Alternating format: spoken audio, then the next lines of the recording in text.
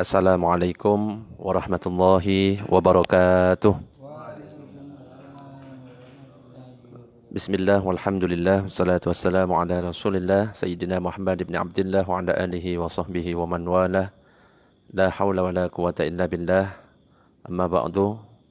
Nawayna ta'allum wa ta'lim wa tadhakkur wa tadhkir wa naf'a wal intifa' wal ifadah wal istifadah wal hath ala tamassuki bi kitabillahi wa sunnati rasulih wa du'a ila al-huda wa dalalata ala al-khair wa batigha'a wajhillah wa murtadihi wa qurbihi wa thawabihi subhanahu wa ta'ala إلى حضرة النبي المصطفى محمد صلى الله عليه وسلم الفاتحة أعوذ بالله من الشيطان الرجيم بسم الله الرحمن الرحيم الحمد لله رب العالمين الرحمن الرحيم مالك يوم الدين إياك نعبد وإياك نستعين اهدنا الصراط المستقيم صراط الذين أنعمت عليهم غير المغضوب عليهم ولا الضالين آمين. Al-Fatihah berikutnya untuk kita semuanya, mudah-mudahan diberikan kesehatan lahir batin, amin. Mudah-mudahan hajat-hajat kita semuanya dikabulkan oleh Allah. Mudah-mudahan kita diberikan keselamatan dunia akhirat. Mudah-mudahan istiqomah dalam melaksanakan ibadah kepada Allah, dalam ketaatan kepada Allah dan Rasulnya. Dan mudah-mudahan kita dan keluarga kita nanti bisa berkumpul kelak di surga bersama baginda Nabi Muhammad SAW. Jika kelak kita wafat dalam keadaan husnul khatimah. Al-Fatihah. A'udzu billahi minasyaitonir rajim. Bismillahirrahmanirrahim. Alhamdulillahi rabbil alamin arrahmanir rahim maliki yaumiddin. Iyyaka na'budu wa iyyaka nasta'in. Ihdinas siratal mustaqim. Siratal ladzina an'amta 'alaihim ghairil maghdubi 'alaihim waladdallin. Amin. Alhamdulillah, pagi ini kita masih bisa berkumpul di masjid, bisa melaksanakan ibadah sholat subuh dengan berjamaah. Dan pada kesempatan pagi ini kita melanjutkan kajian kita, masih melanjutkan kajian kitab Mukhtarul Ahadits yang ditulis oleh Sayyid Ahmad Al-Hashimi. Dan kita sudah sampai kepada hadis yang ketujuh, yaitu cara untuk mencapai derajat yang tinggi. Disebutkan di dalam kitab ini sebuah hadis yang diriwayatkan oleh Addi melalui Ibnu Umar radhiyallahu anhu. Ibtaghur rif'ata indallahi, carilah oleh kalian derajat yang tinggi di sisi Allah. Tahlu mu'amman jahila 'alaika, yaitu hendaknya kamu bersikap penyantun terhadap orang yang tidak mengetahui tentang diri kamu. Wa tu'ti man haramaka, dan hendaknya kamu memberi kepada orang yang tidak pernah memberi kepadamu. Jadi hadis ini menjelaskan kepada kita bahwa kita ini diperintahkan untuk mencari derajat yang tinggi. Dan derajat yang tinggi itu hanya ada di sisi Allah. Dan kalau kita sudah mendapatkan derajat yang tinggi, maka hidup kita itu akan disegani oleh orang lain. Hidup kita juga akan dihormati oleh orang lain. Lalu bagaimana cara kita ini mendapatkan derajat yang tinggi? Kalau berdasarkan hadis ini disebutkan ada dua cara supaya kita ini mendapatkan derajat yang tinggi di sisi Allah. Apa saja? Yang pertama adalah kita harus bersabar dalam menghadapi orang yang belum mengetahui keadaan kita. Itu yang pertama. Jadi kadang-kadang kita itu sudah berjuang keras, susah payah untuk kepentingan warga misalnya, untuk kepentingan umum misalnya, untuk kepentingan jamaah misalnya. Tapi ternyata masih ada saja yang ngomongin kita, yang mencari celah menjelek-jelekkan kita, yang masih nyinyir gitu loh. Padahal kita sudah susah payah, maksudnya untuk kebaikan semuanya. Tapi masih saja, karena dia nggak tahu usaha yang kita lakukan itu kita nggak tahu. Akhirnya nyinyir, akhirnya ya diomongin, ini salah, ini salah, ini salah. Nah, kalau kita ingin mendapatkan derajat yang tinggi, kita jangan sampai terpengaruh dengan nyinyiran itu. Kita jangan sampai terpengaruh dengan omongan orang itu. Biarkan kita terima, kita bersabar, karena kritikan, nyinyiran dan lain sebagainya itu bisa menjadi apa? Cermin bagi kita sehingga kita bisa memperbaiki diri. Oh mungkin ya benar juga, kan gitu kan? Nah, jadi kalau ada orang menghina atau ngomongin kita, jangan sampai kita membalas menghina atau ngomongin kita. Ibarat ada anjing menggonggong, kita ikut menggonggong berarti kita anjing juga. Paham? Jadi kalau ada yang melempar cacian kepada kita, jangan sampai kita membalas lemparan cacian orang itu dengan lemparan cacian juga. Tapi balas dengan lemparan bunga. Tapi plus apa? Plus potnya. Biar kapok. Ya, repot itu. Itu sesat, lempar bunga plus potnya itu ya repot. Jelas ya, yang pertama intinya kalau ada anjing menggonggong, jangan ikut menggonggong. Berarti kita termasuk anjing juga. Jadi kalau ada orang yang mencaci, jangan ikut mencaci, biarkan saja. Kalau perlu, ya kasih makanan apa gitu. Akhirnya nanti dia segan, capek-capek sendiri. Ya akhirnya sungkan dan tidak akan seperti itu lagi. Nah, itu yang pertama. Yang kedua adalah kita harus memberi orang yang tidak mau memberi kepada kita. Kalau ada orang yang pelit kepada kita, jangan ikutan pelit. Ya sama kayak tadi itu. Tapi ya berikan sesuatu gitu loh, yang aneh gitu loh, yang berkebalikan. Dia pelit kepada kita, kita beri. Dia nggak mau nyapa kita, kita sapa duluan. Dia nggak mau memberi salam kepada kita beri salam duluan. Akhirnya orang itu segan, sungkan. Walah, saya kok memperlakukan dia buruk, dia kok malah memperlakukan kita baik. Akhirnya akan dihargai oleh orang lain. Biarkan saja. Kalau kita ngeladeni, dia pelit, kita ikut pelit. Dia nggak nyapa, ikut nggak nyapa. Ya sama, akhlaknya buruk. Ya. Jadi intinya adalah bersabar. Karena dalam Al-Quran itu disebutkan innallaha ma'as sabirin. Sesungguhnya Allah itu bersama dengan orang sabar. Kalau kita sudah bersama Allah, tentunya derajat akan diangkat oleh Allah. Duduk di majelis seperti ini, ya akan diangkat oleh Allah. Pasti akan dimuliakan. Belajar ngaji, Iqra, Al-Quran dan lain sebagainya. Bacaannya sudah bagus, Al-Qurannya juga bagus dan lain sebagainya. Dimanapun kita berada akan dihargai. Monggo, dipersilahkan minimal jadi imam. Monggo minimal disuruh mimpin yasinan, kan gitu kan. Ya kalau masih ada saya, Pak Suladi mau mimpin ya iso. Sabar dulu. Tapi jangan doakan saya nggak sakit lah ya. Repot juga kalau gitu. Gitu. Jelas? Oke, itu hadis yang ke-7. Ada pertanyaan sebelum saya lanjutkan ke hadis yang ke-8? Komentar mungkin? Ya. Begini Ustaz, tadi kan kita memberikan sesuatu kepada seseorang yang belum pernah kita beri kita ya. Kira-kira itu kalau kita alami sekarang ya, realita itu mungkin enggak seperti itu Ustaz. Kita enggak pernah kenal orang itu atau gimana, dia enggak pernah memberi kita apa-apa, tapi kita diingatkan untuk memberi gitu Ustaz. Jadi bentuknya itu tidak hanya dalam bentuk pemberian. Ya, misalkan ada kadang-kadang tetangga baru tapi nggak nyapa sama sekali. Sampai-sampai kita nggak kenal. Ya kita mulai menyapa, jangan malah gengsi gitu loh. Kadang-kadang kita gengsi. Saya warga lama, masa saya nyapa duluan, betul? Ya sudah sapa. Assalamualaikum. Kita deketi. Sebelum didekati oleh orang lain yang ngawur-ngawur itu, didekati orang lain akhirnya rapat sama mereka. Kita deketi duluan. Assalamualaikum. Besoknya Assalamualaikum. Akhirnya karena kita kebiasaan kalau ketemu nyapa, dia itu akan nyapa juga. Assalamualaikum. Begitu juga kalau kita tahu orang ini kok pelit sekali ya. Gak mau beri ke orang lain, pelit sekali. Ya kita antarkan makanan. Akhirnya ya mungkin dia tertegur.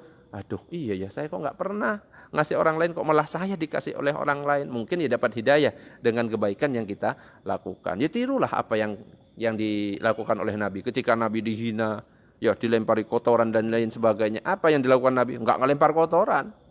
Tapi apa? Ketika dia sakit didatangi. Ya, malah didoakan ketika di mana itu? Dilempar sampai keluar darah semuanya. Tapi didoakan. Padahal sudah ditawari oleh malaikat.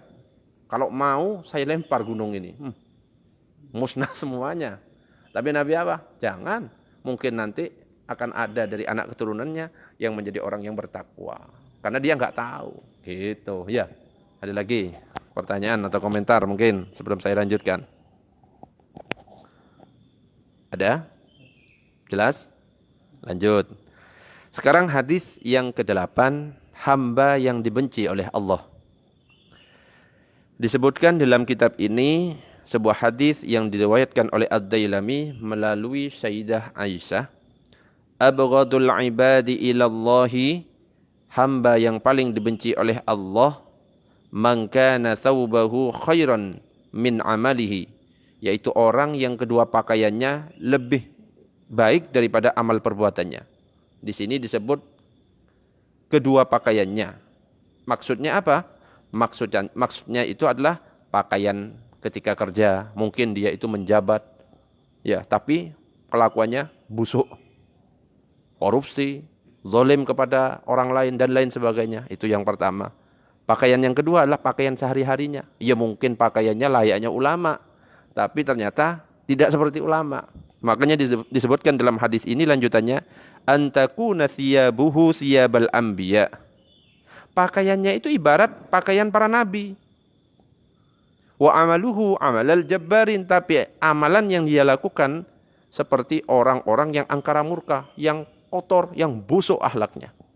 Jadi pakaiannya layaknya nabi, ya mungkin sorbanan, ya dikerudungkan. Ya bukan ini contoh, tapi kalau ini enggak gitu loh, malah langsung ngelirik ke ini, enggak. Ini pakaiannya ala nabi, akhlaknya juga ala nabi. Jadi yang harus kita lakukan, jangan melihat tampilan seseorang karena tampilannya seperti itu ulama, bukan, belum tentu. Ini malah foto-foto, malah selfie, nggak apa-apa daripada nggak ngaji ya. Jadi yang harus kita lihat itu akhlaknya. Karena Nabi itu diutus untuk apa? Menyempurnakan akhlak. Makanya dalam hadis itu disebutkan innama bu'itsu li utammima makarimal akhlak. Sesungguhnya aku diutus hanya untuk menyempurnakan akhlak. Bahkan Nabi itu dipuji oleh Allah karena apa? Karena akhlaknya. Di dalam Al-Quran disebutkan wa innaka la'ala khuluqin azim.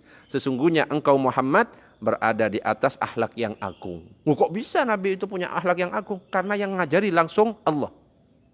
Makanya Nabi mengatakan azabani rabbi fa ahsana ta'dzibi. Ya, Tuhanku mengajarkanku sehingga azabku ini menjadi baik. Makanya kita harus meniru Rasulullah SAW. Rasul diajari oleh Allah, kita tiru Rasul. Maka ya tentunya kita sesuai dengan akhlaknya, akhlak yang diajarkan oleh Allah. Apa yang terjadi? Ya akhirnya ya kita dicintai oleh Allah, bukan menjadi orang yang dibenci oleh Allah. Ya. Jadi orang yang paling tidak disukai oleh Allah adalah orang yang pakaiannya mungkin lebih baik daripada amalnya. Pakaiannya mungkin mirip dengan pakaian orang yang baik-baik, tetapi sepak terjangnya, amal perbuatannya menampakkan orang yang melampaui batas. Tamak, serakah. Nah, itu bisa diibaratkan sebagai apa? Serigala berbulu domba. Tuh, hadis yang ke-8. Ada pertanyaan sebelum saya lanjutkan? Yuk. Assalamualaikum warahmatullahi wabarakatuh. Terima kasih Ustaz. Sekarang saya mau tanya, kadang kita itu kalau menyampaikan sesuatu kan tidak sesuai. Kalau katakan saya memberikan umpama tidak sesuai dengan apa yang kita lakukan, gimana? Katakan kalau saya nyuruh orang sholat ternyata saya nggak sholat, kan ada orang yang seperti itu juga. Atau dia memberi ceramah tapi tidak bisa. Iya, iya, gimana Ustaz? Terima kasih. Bagus ini. Minimal lewat pahala nyuruh sholat, gitu loh. Sholat tapi nggak sholat, ngerokok kan ada. Oh repot itu. Nah, bagaimana hukumnya orang yang biasanya menyuruh kebaikan tapi nggak bisa mengamalkan? Nah itu orang yang seperti itu bisa mendapatkan murka dari Allah. Sebagaimana yang disebutkan di dalam surat As-Saff, disebutkan kabura maqtan 'indallahi an taqulu ma la taf'alun. Besar kemarahan Allah itu. Allah itu marah besar kepada orang yang bisa ngomong tapi nggak bisa ngamalkan. Ya kadang-kadang ya kita ngasih nasihat tapi nggak bisa melakukan, itu bahaya. Bahkan yang paling berbahaya itu ya yang kayak saya ini, nyampaikan banyak sekali ke jamaahnya tapi nggak bisa mengamalkan. Itu dosanya lebih besar daripada orang yang nggak tahu. Jadi dosanya orang yang tahu tidak melaksanakan atau sama orang yang tidak tahu, tidak melaksanakan, dosanya lebih besar orang yang tahu tapi tidak melaksanakan. Makanya minimal kalau kita mau memberikan nasihat kepada orang lain, jadikan itu sebagai nasihat diri juga. Kadang-kadang mau nge-share, gara-gara ditakut-takuti seperti ini disampaikan, gak boleh kamu menyampaikan sesuatu, kamu gak bisa ngamalkan, akhirnya gak mau nge-share ilmu. Jangan, share aja gak apa-apa. Ini sebagai nasihat untuk saya dan kita semuanya. Gitu, kasih komentar di atasnya. Seandainya kita masih belum, ya tetap berusaha. Bukan hanya ngomong, tahajud, gak tahajud. Baca Quran, gak baca Quran. Belajar kamu, gak belajar. Ngajak orang untuk ngumpul jamaah, majelis taklim, tapi dia sendiri nggak hadir. Katanya Pak Suladi minimal dapat pahala ngajak, ngawur. Gak bisa. Jadi harus menjadi contoh. Kalau Nabi mengatakan misalnya, ayo sholat tahajud, Nabi mencontohkan tahajud. Ayo sholat tarawih, Nabi mencontohkan sholat tarawih. Ayo baca Quran, Nabi mencontohkan baca Quran. Semua yang diperintahkan oleh Nabi sudah dicontohkan semuanya. Ya, jadi tidak hanya omong kosong aja, ngomong tapi nggak ada buktinya. Jelas? Ada lagi yang lain? Ada lagi? Lanjut. Oh, masih bisa ini. Sekarang melanjutkan ke hadis yang ke-9. Menolong orang lemah. Dalam kitab ini disebutkan sebuah hadis yang diriwayatkan Imam At-Tabrani melalui Abu Darda. Ablighu hajata man la yastati'u iblagha hajatihi. Sampaikan keperluan orang yang tidak mampu untuk menyampaikan keperluannya. Faman ablagha sultanan hajata man la yastati'u iblaghaha. Barang siapa yang menolong atau menyampaikan keperluan orang tersebut kepada sultan, thabbatallahu ta'ala qadamaihi 'ala sirati yaumal qiyamah. Maka kelak di hari kiamat Allah menetapkan kedua telapak kakinya di atas siratul mustaqim. Jadi ini perintah kepada kita untuk menolong kepada orang yang lemah, terutama saudara muslim, saudara mukmin. Dan menolong saudara itu ya sangat dianjurkan. Kalau ada saudara kita yang membutuhkan pertolongan, kita tolong. Ya semampu kita, tidak usah memaksa tapi. Mau menolong A, tapi kita minta tolong kepada orang lain. Nah, jangan, pokoknya semampu kita, apa yang bisa kita tolong, ya tolong aja. Karena sesuai hadis ini, siapa yang menolong saudaranya yang dalam kesusahan, maka Allah akan menolongnya di hari ketika ia mendapatkan kesulitan. Jadi Allah yang akan membalas. Kalau kita menolong orang yang lemah, misalnya saudara kita, Allah yang akan menolong kita ketika kita dalam kesulitan. Bahkan disebutkan di sini, bahwa barang siapa yang menolong orang yang tidak mampu menunaikan hajatnya, niscaya Allah akan menetapkan, memantapkan kedua kakinya di atas siratul mustaqim. Dia tidak akan tergelincir nanti di hari kiamat. Lewat, ya nyantai. Ya jangan nyantai juga, enak cepat ya. Tidak akan tergelincir dan bisa melaluinya selamat, aman hingga ke surga. Bahkan dalam hadis yang lain disebutkan bahwa Allah itu akan menolong hambanya yang suka menolong orang lain. Tapi kalau kita menolong orang lain, ya tolong menolongnya dalam kebaikan. Jangan tolong menolong dalam keburukan. Wa ta'awanu 'alal birri wat taqwa wa la ta'awanu 'alal itsmi wal udwan. Tolong menolonglah kamu dalam ketakwaan, dalam kebaikan. Jangan tolong menolong dalam perbuatan dosa dan permusuhan. Nah, kalau kita menolong dalam permusuhan dan perbuatan dosa meskipun sedikit saja dengan satu kata, maka kita juga dapat dosanya. Misalkan ada orang yang mau bunuh, kita cuma nyumbang kata, wes bunuh aja. Dilakukan sama ini, dapat dosanya. Atau kita malah membuatkan pisaunya untuk membunuh, dikasihkan. Jadi ada kalanya pisau itu menjadi dosa, yaitu jika digunakan dengan tidak semestinya. Misalkan sudah disepakati di sini enggak boleh tarawih. Ngomong tarawih ya. Dosa. Mengingkari kesepakatan itu. Nah, itu kan juga enggak sesuai. Kata-kata satu saja. Meskipun kayaknya baik, gitu loh. Ya. Atau misalnya, wes enggak usah sholat sekali-sekali. Repot itu. Ya. Jelas? Ada pertanyaan sebelum saya lanjutkan? Apa? Ya, provokator. Akhirnya orang ya karena terprovokasi, itu kena itu, yang memprovokator itu. Memprovokasi misalnya padahal beritanya nggak seperti itu, dipanas-panasi. Ngene. Disebutkan kejelekan-kejelekannya. Akhirnya orang-orang emosi semuanya gara-gara artikel misalnya, artikel yang ditulis dan lain sebagainya. Akhirnya menghujat semuanya. Yang paling kena banyak dosanya itu yang memprovokasi itu dapat terus selama orang-orang itu menghujat gara-gara tulisan itu. Terus ngalir. Makanya yang ada itu bukan amal jariah saja lah ya. Tapi ada dosa jariah. Kita ngasih contoh yang buruk. Kadang-kadang kita memberikan dosa jariah yang nggak sadar. Dosa jariah contohnya apa yang tidak kita sadari? Ya kita melakukan kemaksiatan di depannya orang. Terus diikuti sama orang lain. Gara-gara kemaksiatan yang kita lakukan. Terus ngalir. Orang ini melakukan kemaksiatan gara-gara melihat kita bermaksiat. Diikuti. Terus selama dia mengikuti, mengerjakan, dapat terus ngalir. Makanya nanti ada yang kaget karena tiba-tiba ada pahala yang besar. Kenapa? Karena dia itu melakukan kebaikan ditiru sama orang lain. Ada lagi yang kaget karena mendapatkan dosa yang besar. Kenapa? Karena dia melakukan kemaksiatan malah ditiru sama. Bahkan ada orang yang gak pernah melakukan zina tapi ditulis zina. Kenapa? Ya karena dia itu berpakaian seksi sehingga membuat laki-laki hidung belang. Hidung belang itu bukan hitam putih. Hidung belang akhirnya merasa apa? Ya pengen itu, melampiaskan hawa nafsunya. Akhirnya ngelihat cewek yang lain malah dilampiaskan. Gara-gara, apa namanya? Ya terpengaruh sama cewek seksi yang lewat itu. Itu tiba-tiba ya bisa dapat juga. Gara-gara pekerjaannya. Ada lagi pertanyaan?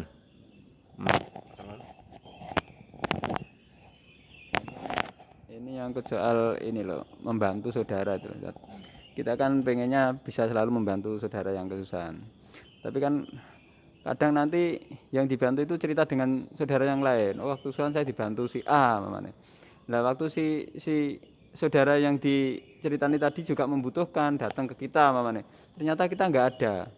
Jadi kan omongannya terus beda nanti. Wah, saya pilih kasih ini. Kadang malah jadi guncingan kadang. Kalau dia yang minjem asik gitu ya.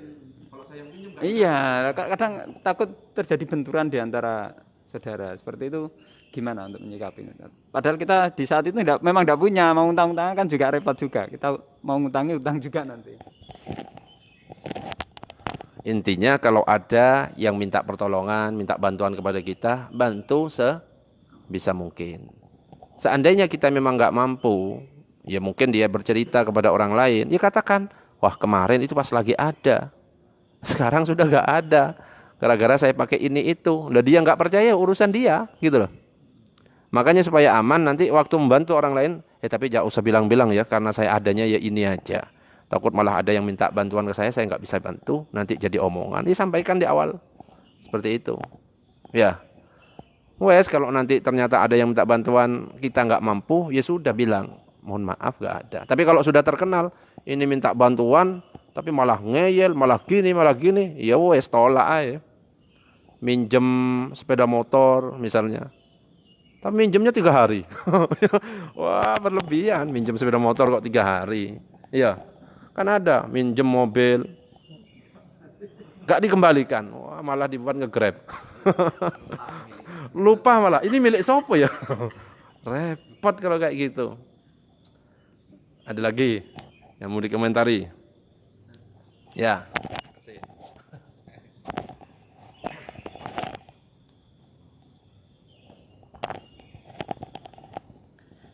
Assalamualaikum warahmatullahi wabarakatuh. Mau bertanya Ustadz, ini kadang bantuan kita tuh akan menjadi polemik Ustadz. Contohnya kalau berhubungan dengan masalah uang. Jadi kadang di masyarakat tuh ada kejadian kalau kita meminjami uang kepada seseorang dengan sejumlah yang dia minta, kadang-kadang tidak dikembalikan lama Ustaz. Tidak dikembalikan lama, kemudian dia kadang pinjam lagi gitu Ustaz. Nah ini jadi permasalahan. Nah apakah sikap kita kadang-kadang berpikir Ustaz, kalau yang begini ini menjadi permasalahan, mending saya sedekah aja, seadanya kita, seikhlasnya kita. Khawatir kita nanti itu yang dulu menjadi baik karena uang ini, Ustaz, akhirnya menjadi permusuhan di antara negara. Itu banyak di masyarakat itu, Ustaz. Sikap kita itu apakah yang seperti itu dibenarkan, Ustaz? Gitu aja. Kalau kita memang mau ngasih sedekah, misalkan dia mau pinjam 500, ya kita punya 200 atau 50 ya kita kasih. Mau dikembalikan boleh, tidak kembalikan terserah gitu. Berarti kita sedekah aja. Nah, sikap yang seperti ini apakah menjadi dibenarkan kan? Karena khawatir kita nantinya itu yang dulunya baik karena ini jadi tidak baik, akhirnya mereka repot, karena memusuhi kita gitu. Apakah sikap yang seperti ini dibenarkan, Ustaz? Kita aja, Ustaz. Assalamualaikum warahmatullahi wabarakatuh.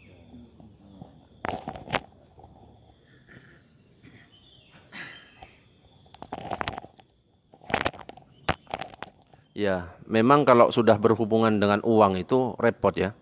Bahkan keluarga kandung, misalnya saudara kandung, kalau sudah berhubungan dengan warisan, hubungannya dengan harta, berantem. Eker-ekeran. Ya, masalah harta, peninggalannya, eker-ekeran. Meskipun itu kiai kadang-kadang kayak gitu, ustadz gitu kayak gitu ya rebutan. Pondok pesantren, ini saya yang mengelola, ini saya yang mengelola. Namanya kalau sudah berhubungan dengan harta. Apalagi orang yang pinjem, kadang-kadang orang pinjem itu nggak punya akhlak. Wes pinjem malah nggak nyapa. Gara-gara ditagih repot itu. Jangan dikasih pinjem lagi kalau kayak gitu. Wes pinjem misalnya sekarang 100.000 dikasih baik-baik. Wes belum bayar pinjem lagi. Loh ya kita harus kesepakatan dulu. Ini saya pinjemi, kembalikan kapan? Gitu.